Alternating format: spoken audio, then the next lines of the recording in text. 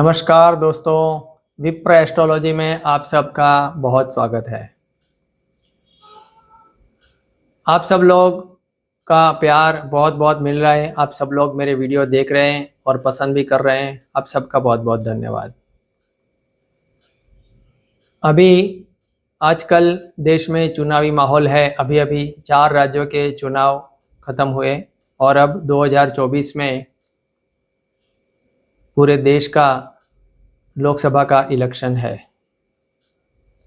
तो इसके लिए मैं आज जो वीडियो लेके आया हूँ वो चुनावी माहौल के विषय पे है। तो ये है भारतीय जनता पार्टी जो 2 टर्म से 2014 और 2019 दोनों में पूर्ण बहुमत से वो जीती थी और अब ये तीसरे टर्म 2024 में क्या फिर से भारतीय जनता पार्टी को 2024 में 270 प्लस यानी पूर्ण बहुमत मिल रहा है कि नहीं मिल रहा है? क्या ग्रह नक्षत्र कुंडली के गोचर और दशा क्या कहते हैं, उसका ये वीडियो है, उस बारे में विश्लेषण है। सबसे पहले मैं ये बता दूं, मैं किसी भी राजकीय पक्ष से मेरा लेना देना नहीं है। मैं किसी भी पक्ष में या विपक्ष में विश्वास नहीं रखता। मैं केवल भारतीय हूं और भारत के संविधान पे विश्वास रखता हूं। तो भारतीय जनता पार्टी 270 से ज़्यादा सीट यानी पूर्ण बहुमत प्राप्त करेगा या नहीं कर पाएगा ये आने वाले चुनाव में 2024 में, ये आज का हमारा विषय है। और आज का जो कुंडली विश्लेषण होगा सीधा वो इस मुद्दे पर रहेगा कि पूर्ण बहुमत हो रहा है कि नहीं हो रहा है। क्योंकि हम सब जानते हैं कि भारतीय जनता पार्टी सीटें तो अच्छी लाएंगे, लेकिन पूर्ण बहुमत जो 270 प्लस हो रहा है कि नहीं हो रहा है, ये देखना है। भारतीय जनता पार्टी की जो स्थापना दिवस की जो कुंडली बनी हुई है, वो स्थापना दिन का जो डिटेल है कुंडली का, जो बर्थ डिटेल बोलते हैं, वो 6 अप्रैल 1980, 6 अप्रैल 1980, समय सुबह 11:45 का और स्थल न्यू दिल्ली। तो ये समय, तारीख और स्थल के मुताबिक ये जो कुंडली आप देख रहे हैं, ये मिथुन लग्न की कुंडली बनी हुई है, जिसमें तीसरे स्थान में सिंह राशि में राहु, शनि, मंगल और गुरु है। छठे भाव में वृश्चिक का चंद्र है। 9वें भाव में कुंभ राशि में बुध और केतु है। 10वें भाव में मीन राशि का सूर्य है और 12वें भाव में वृषभ का शुक्र है। तो इस तरह से ये कुंडली बनी हुई है। तो ये भारतीय जनता पार्टी की कुंडली, ये जो भी मैंने प्राप्त किया हुआ है, ये भी इंटरनेट से ये मैंने प्राप्त किया हुआ है और ये कुंडली के मुताबिक मैं विश्लेषण करने जा रहा हूँ। ये विश्लेषण का मुख्य आधार जो रहेगा वो कुंडली के ये वाले भाव रहेंगे। मैं समझाता हूँ कि सबसे पहले चौथा भाव, 4th हाउस, क्योंकि वो जनता का भाव है, आम जनता का। तो 4th हाउस से क्या है गोचर और दशा। चौथे हाउस के लॉर्ड जो बुध है, वहां से गोचर और दशा क्या कह रही है। आम जनता का कारक जो है शनि, वहां से भी गोचर और दशा कैसी है। उसके बाद आएंगे हम छठे भाव में। छठा भाव जो है वो हार जीत का भाव है। तो शत्रु विजय का भी है, शत्रुओं से लड़ना है। तो छठे भाव और छठे भाव का स्वामी जो मंगल है वहां से क्या है गोचर और दशा ये देखेंगे। और उसके साथ साथ जनता का सहयोग मिला, हार जीत के बाद जीत भी हो गई तो ऑब्वियसली 10वां भाव एक्टिवेट हो जाएगा, यानी सत्ता भाव। तो 10वां भाव, 10वें भाव में बैठा हुआ ग्रह यानी सूर्य, 10वें भाव का स्वामी गुरु क्योंकि मीन राशि है, और सत्ता का कारक जो है सूर्य वो वैसे ही 10वें भाव में बैठा हुआ है। तो सूर्य से, गुरु से और 10वें भाव से, ये सब पॉइंट से हम ये विश्लेषण करने की कोशिश करेंगे कि गोचर और दशा क्या कह रही है। गोचर में भी हम जो खास ज़्यादा देर तक रहने वाले जो प्लेनेट होते हैं इसका प्रभाव भी ज़्यादा रहता है। शनि, राहु, केतु और गुरु जो एक एक राशि में बहुत लंबे समय तक रहते हैं। तो ये मैंने आपको समझाया। आइए अब हम इसका विश्लेषण शुरू करते हैं। सीधे हम कुंडली पे आते हैं। तो ये रहा कुंडली, और हम सबसे पहले मैंने कहा वैसे हम 4th हाउस जो चौथा भाव है, जनता का भाव, वहां से देखते हैं, उसका पूरा हम विश्लेषण कर लेते हैं। तो चौथे हाउस के जो है वहाँ कन्या राशि है, चौथे हाउस में चित्रा नक्षत्र है। वहाँ से हम सबसे पहले शनि का बात कर लेते हैं। गोचर का शनि जो है वो अभी कुंभ राशि में है, जो कुंडली में अलग कलर से मैंने दिखाया हुआ है, हरे कलर से। तो वहाँ गोचर का शनि है जो पूर्व भाद्र नक्षत्र में होगा उस वक्त शनि, जो अशुभ फल का संकेत दे रहा है। अब चौथा भाव का जो स्वामी है, यानी चौथे भाव से शनि तो खराब है, अब चौथे भाव का स्वामी यानी बुध, 4th हाउस लॉर्ड बुध, वहां से शनि का गोचर उस वक्त पूर्व भाद्र नक्षत्र में शनि भी होगा और बुध जन्म का यानी कुंडली में भी पूर्व भाद्र में है। तो एग्जैक्टली उस समय, चुनाव के समय, गोचर का शनि बुध के ऊपर से पसार थता होगा, यानी वहां से पास होगा, यानी बुध को जबरदस्त पीड़ित करेगा। यानी हमें यही कहीं ना कहीं ये दिख रहा है कि शनि कहीं ना कहीं आम जनता का साथ हमें मिलता हुआ नजर नहीं आ रहा है। यहाँ पे एक चोर और भी है बहुत इंपॉर्टेंट, कि बुध जो है कुंडली में चतुर्थ भाव का स्वामी है और लग्नेश भी है, यानी खुद भारतीय जनता पार्टी खुद को रिप्रेजेंट कर रहा है लग्न। तो खुद को जनता का सहयोग कम मिलने का संकेत शनि का गोचर दिखा रहा है। अब ये लग्नेश से भी शनि का गोचर शुभ होना, ये हमें संकेत दे रहा है कि पार्टी के खुद स्वयं से शनि का गोचर अशुभ से, कि पार्टी में कहीं आंतरिक मतभेद, आंतरिक कलह या असंतोष भी हो सकता है, इसकी ओर कहीं इशारा कर रहा है। तो ये हो गया। अब 4th हाउस का कारक जो है, आम जनता का कारक शनि, जो कुंडली में आत्मकारक भी है, तो वो भी शनि कुंडली में तीसरे भाव में बैठा हुआ है।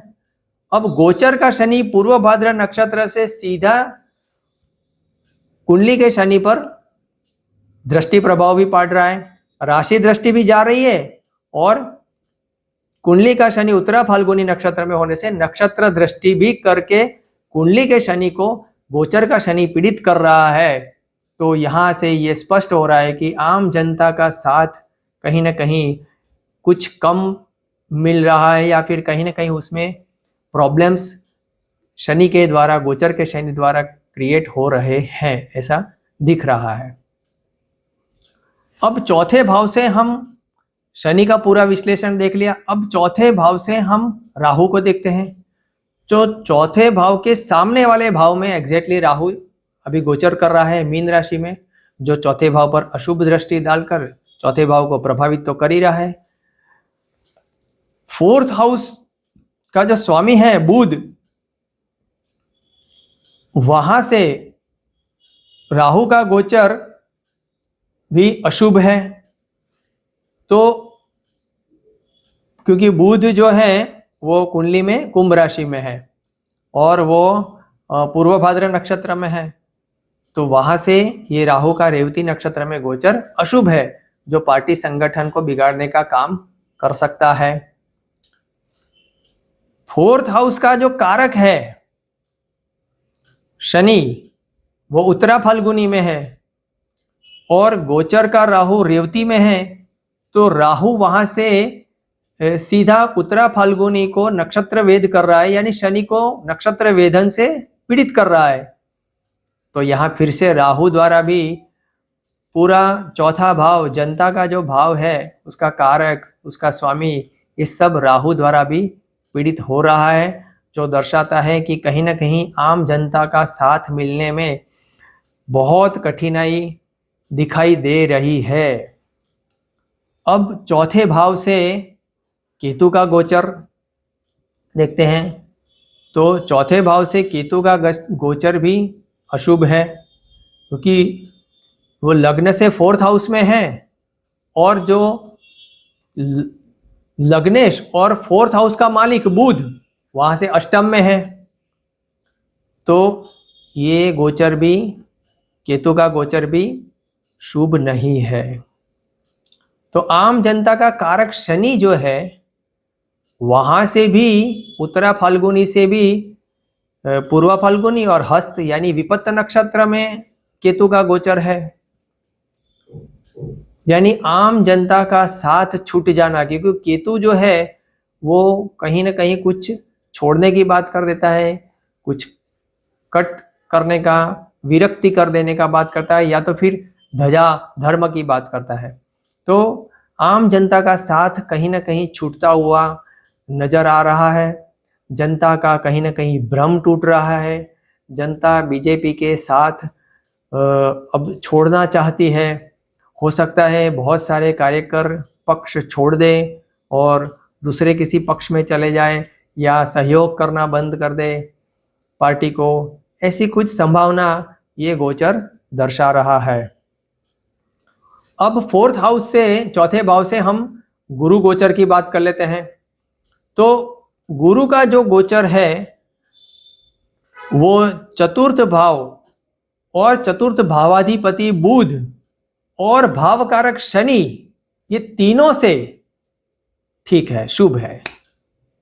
चलो, गुरु का गोचर तो ठीक जा रहा है, तो ये थोड़ा थोड़ा सहायता प्रदान कर सकता है गुरु, और ये सहायता प्रदान करता हुआ नजर भी आ रहा है।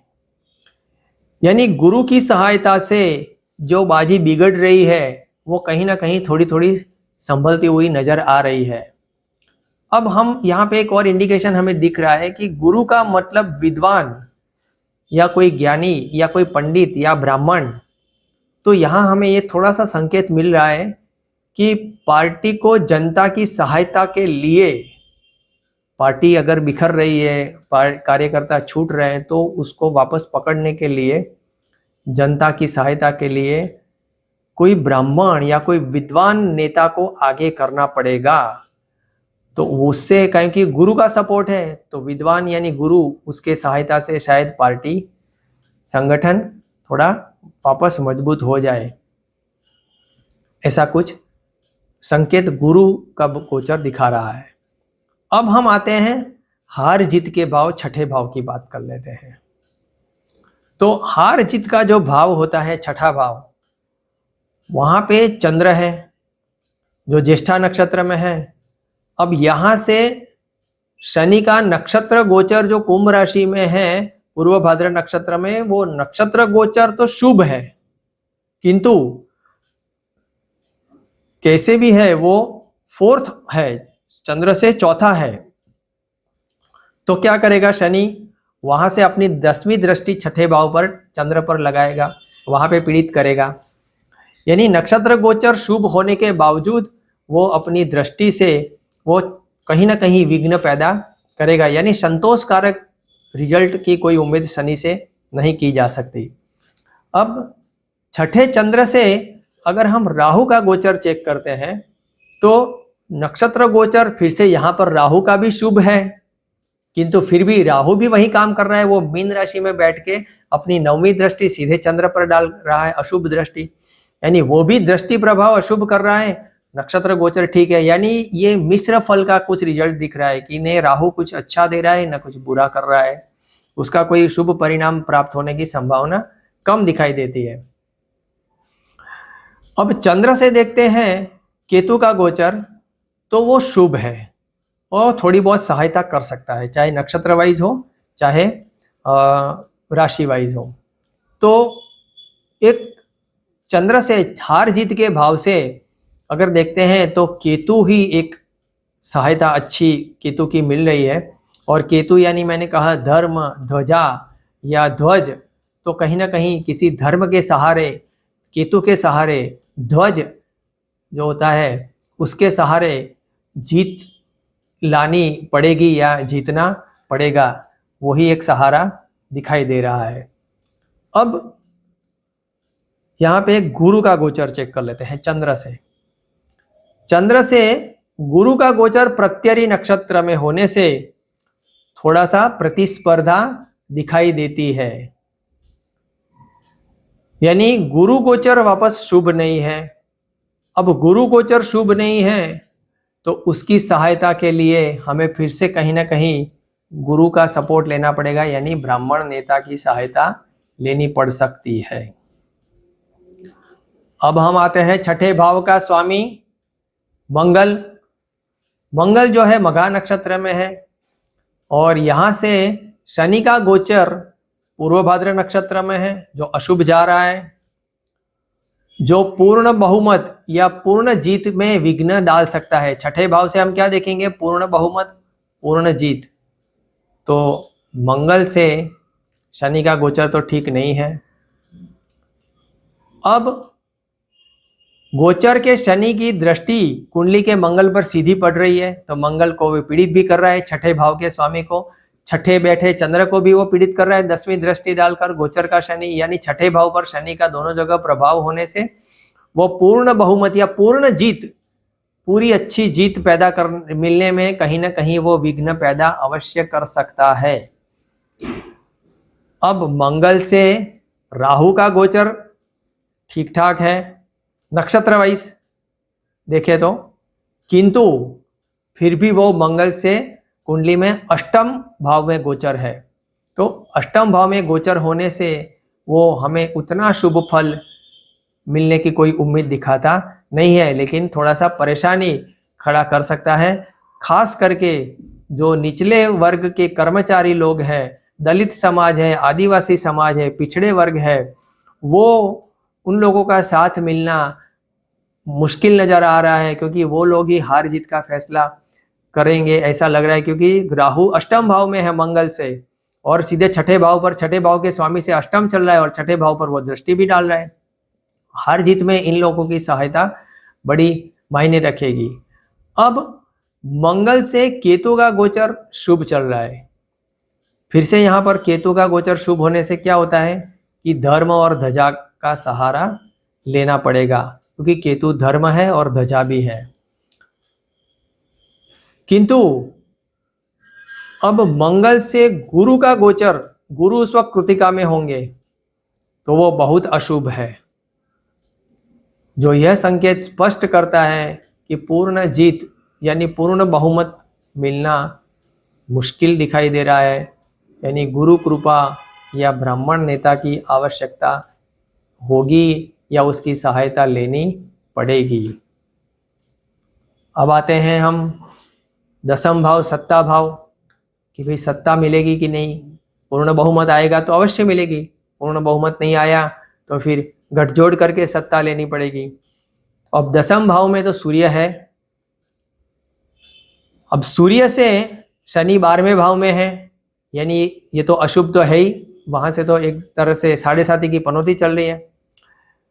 और ऊपर से शनि की दृष्टि कुंडली के सूर्य पर, वो नक्षत्र दृष्टि की बात कर रहा हूं, नक्षत्र दृष्टि सूर्य पर पड़ रही है, पड़ रहेगी उस वक्त, क्योंकि शनि उस वक्त पूर्व भाद्र में होगा, तो सूर्य पर दृष्टि करेगा और सूर्य को पीड़ित करेगा, यानी सत्ता के लिए बहुत परेशान शनि खड़ा करने वाला है। क्योंकि सूर्य सत्ता का कारक है और सत्ता भाव में बैठा हुआ भी है, तो सत्ता मिलने में मुश्किल पैदा आने वाली है। दूसरा एक बहुत महत्वपूर्ण जो पॉइंट दिख रहा है वो 10वें भाव में सूर्य जो है रेवती नक्षत्र में, अब गोचर का राहु भी रेवती नक्षत्र में आ चुका है। अब सूर्य जितने अंश पर है उतने ही अंश पर करीब करीब ये गोचर का राहु फरवरी मार्च में वहां से निकलेगा, एग्जैक्टली सूर्य के ऊपर से जाएगा। तो उस वक्त फरवरी मार्च 2024 में पार्टी की प्रतिष्ठा बहुत खराब हो, ऐसी कोई घटना होने की पूर्णतः संभावना है।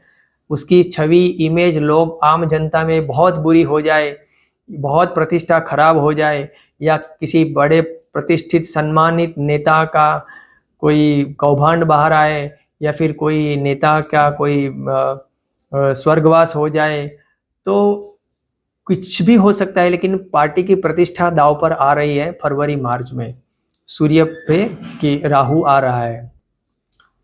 अब सूर्य से केतु का गोचर हस्त नक्षत्र में है, वो एक तो सूर्य के सामने है और वो भी प्रत्यरी नक्षत्र में है, अशुभ है, यानी कंपटीशन दिखा रहा है कि सत्ता के लिए बहुत बड़ी प्रतिस्पर्धा हो रही है, सामने बहुत भारी टक्कर देने की तैयारी रखनी पड़ेगी।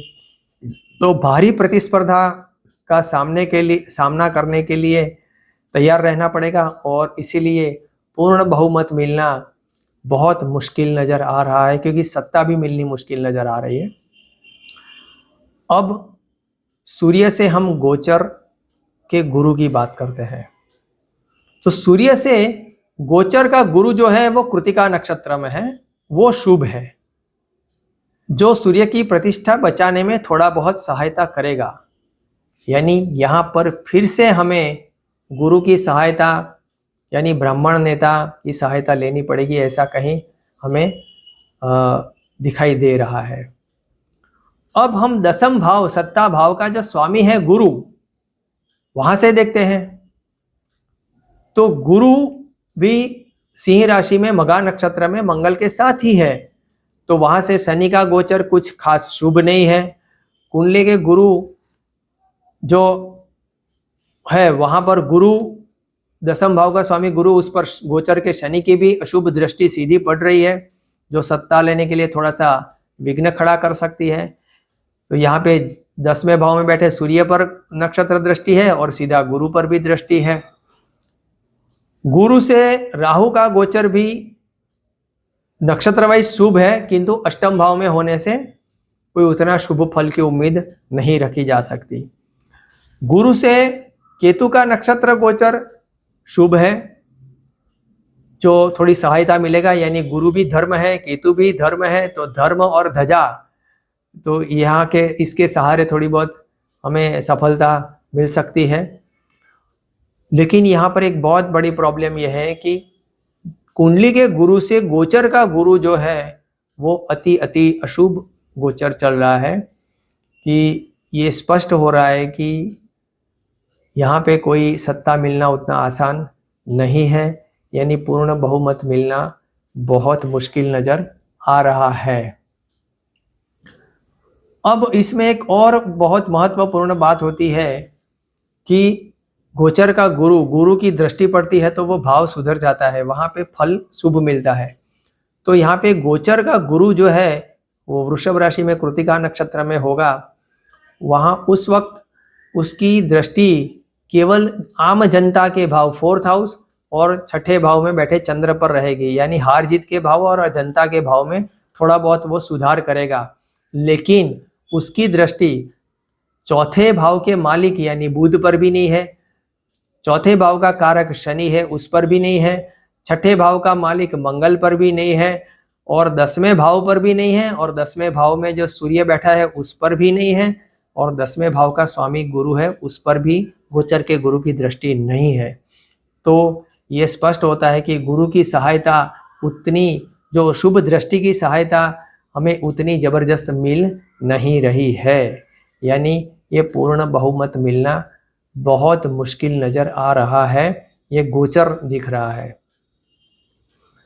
अब हम दशा की भी एनालिसिस देख लेते हैं। और आप सब जानते हैं कि मैं 2 दशा चेक करता हूं। तो सबसे पहले विषोत्तरी दशा। अब उस वक्त जो विषोत्तरी दशा है 23 अप्रैल से 24 मई तक की बात करूं मैं, 1 महीने का पीरियड में, तो वो चंद्र में बुध में केतु की दशा चलेगी जब तक ये करीब रिजल्ट भी आ जाएगा। अब चंद्र छठे भाव हार जीत के भाव में बैठा हुआ है, बुध चौथे भाव का स्वामी है कुंडली में, और वो चंद्र से चतुर्थ भाव में है, और बुध और केतु दोनों एक ही भाव में बैठे हुए हैं एक साथ, जो खास शुभ संकेत नहीं दे रहा है। और जो केतु है, क्योंकि अंतिम दशा जो है चंद्र में बुध में केतु, तो केतु का प्रभाव ज्यादा रहेगा अंतर्दशा का। और केतु जो है कुंडली में वो धनिष्ठा निधन नक्षत्र में है, तो ये दशा जो चंद्र में बुध में केतु, वो कुछ खास अच्छा रिजल्ट का कोई इंडिकेशन नहीं दिखा रहा है, यानी पूर्ण बहुमत मिलना मुश्किल दिखा रहा है। अब आते हैं योगिनी दशा। योगिनी दशा शुक्र की रोहिणी नक्षत्र में उस वक्त चलेगी, शुक्र में सूर्य, जो 5 मई से 3 जून तक रहेगी।